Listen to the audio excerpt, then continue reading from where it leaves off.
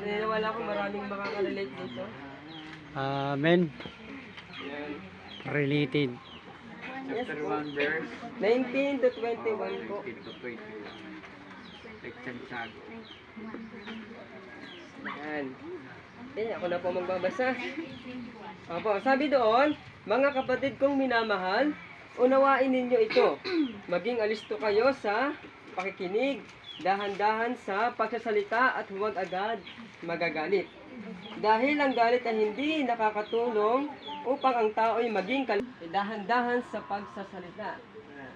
Dahan-dahan sa pagsasalita, yung maging mahinahon. Yan. Introduction lang po ito. Sabi doon, at huwag agad magagalit. Yan, nandun pa lang. Nandun pa lang ito ay sinulat ni James. Yan. Halimbawa, merong galit ka, may nagagalit sa iyo. Ayan, siyempre, ang salita mo dapat malumanay. Huwag kang magagalit sa galit. Kapag galit ka, galit din siya, masasabog kayo. Lalong lalaki yung problema. Mapapawi po yung galit niya. Okay. Kapag sinabay mo yung galit, siyempre, hindi kayo magkakaintindihan, walang patutunguhan. Walang patutunguhan, yun, maging malumanay po tayo sa pagsagot. Yan. Halimbawa, kahit nakakainis-inis, maging malumanay ka pa din. Yan. Huwag kang magalit, huwag mo siyang sabayan. Kasi kapag sinabayan natin siya, si Satanas natutuwa. Ayun, di ba? Akin pa rin ito, sabi ni Satanas. Akin pa rin ito, nagagalit pa rin eh. Hindi malumanay, yan, gano'n.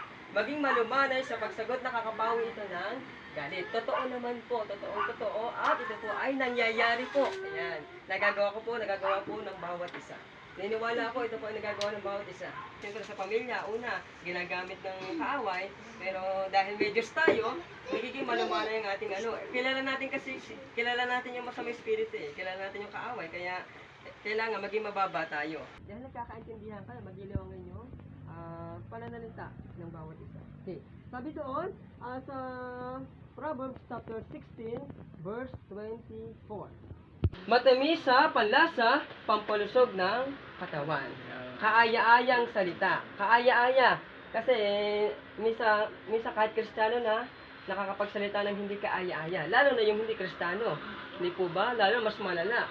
Pero naniniwala ako, wala ditong hindi nagsasalita ng hindi kaaya-aya. Lahat dito ay kaaya-ayang nagsasalita. Yan.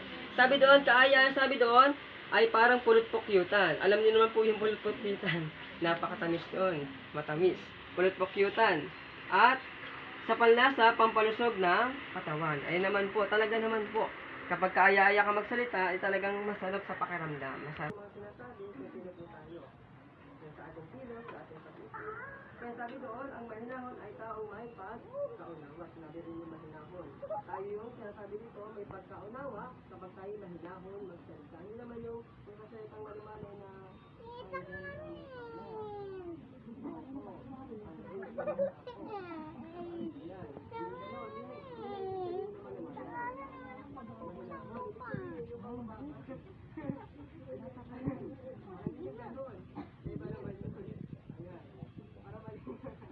para malinaw po kung ano yung mahinahon.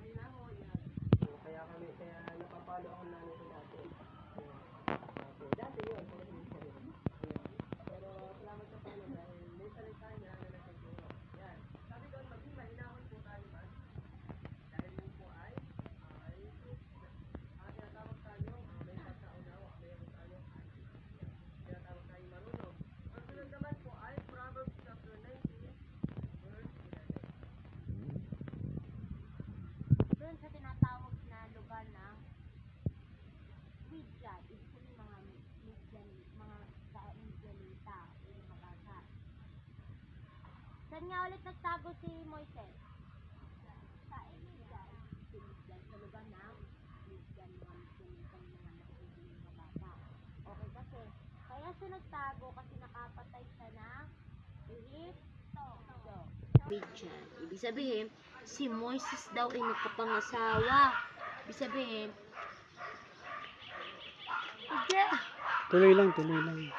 si Moises daw ay nakapangasawa ng isang Midianita. Okay, Midianito. Pag lalaki, Midianito. Pag babae, Midianita. Okay. Ano nga ulit? Ano nga lahi yung napangasawa ni Moises? Midian.